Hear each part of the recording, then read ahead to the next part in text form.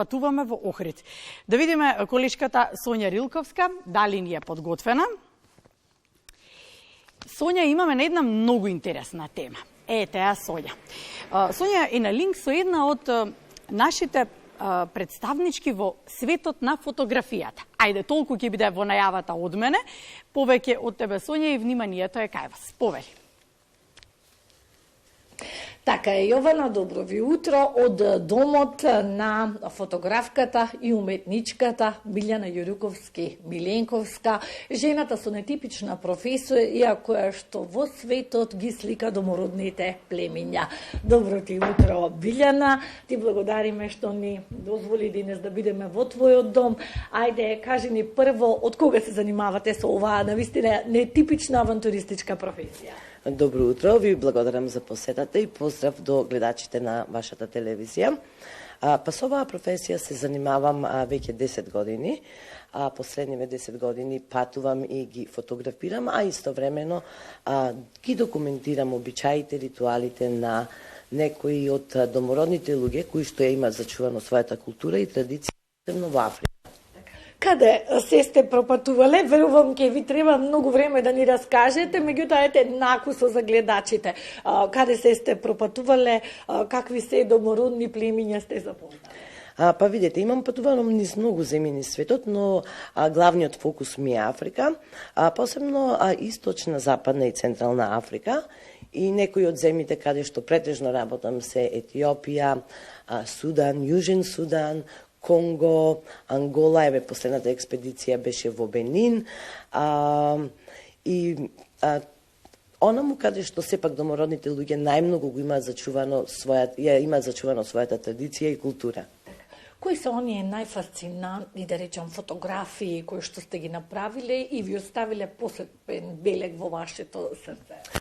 Многу е тешко човека, знаете, да ги издвои и да одлучи која фотографија е најдобра, но сепак мислам дека фотографиите што ги работам со сури луѓето кои што живеат во Етиопија ми се едни од моите најомилени, најфасцинантни фотографии и од некои други причини, од причини што сурите како народ имаат големо влијание, имале големо влијание врз мојот личен развој и развојот на уметноста, на мојот пат кон уметноста. Така да тие ми се едни од најомилените фотографии. Биле во вашиот дом се чувствуваме како навистина да го имаме доловено духот на Африка, толку многу експонати, маски. Ајде, појаснете, издвоите некои од нив и појаснете од каде се и што е нивното значење. Видете, јас сум колектор исто така на традиционални маски, секоја една маска си има свое значење, но еве би можела едни од позначајните маски, тоа се маските кои што раскажуваат приказната за постанокот на Куба кралството или кралството на Бакуба луѓето во Конго, Централна Африка, и тоа е една од маските Могабишу, која што се најдува во можеме да зумираме, таа е една од посебните маски, потоа е другата маска, маската на Бум, кој што е братот на таа другата маска, и женската маска Геде. И, како што реков, тие маски ја кажуваат приказната за постанокот на Куба кралството. Тоа е една приказна, која што е многу долга приказна и, нажалост, нема да имаме доволно време да ја објасниме, но тука исто имаме маски од Бенин, се најдуваат маските од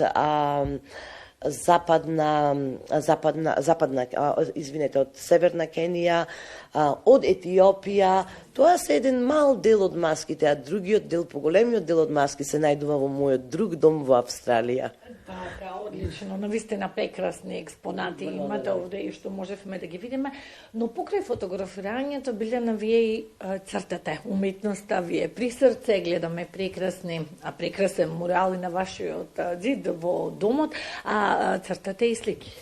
Да, започнав да се занимавам исто и со уметност, со сликање на мурали, а исто така и на уметнички слики.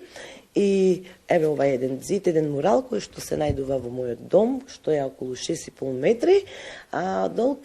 Ја кажува една приказна за централна, западна и источна Африка.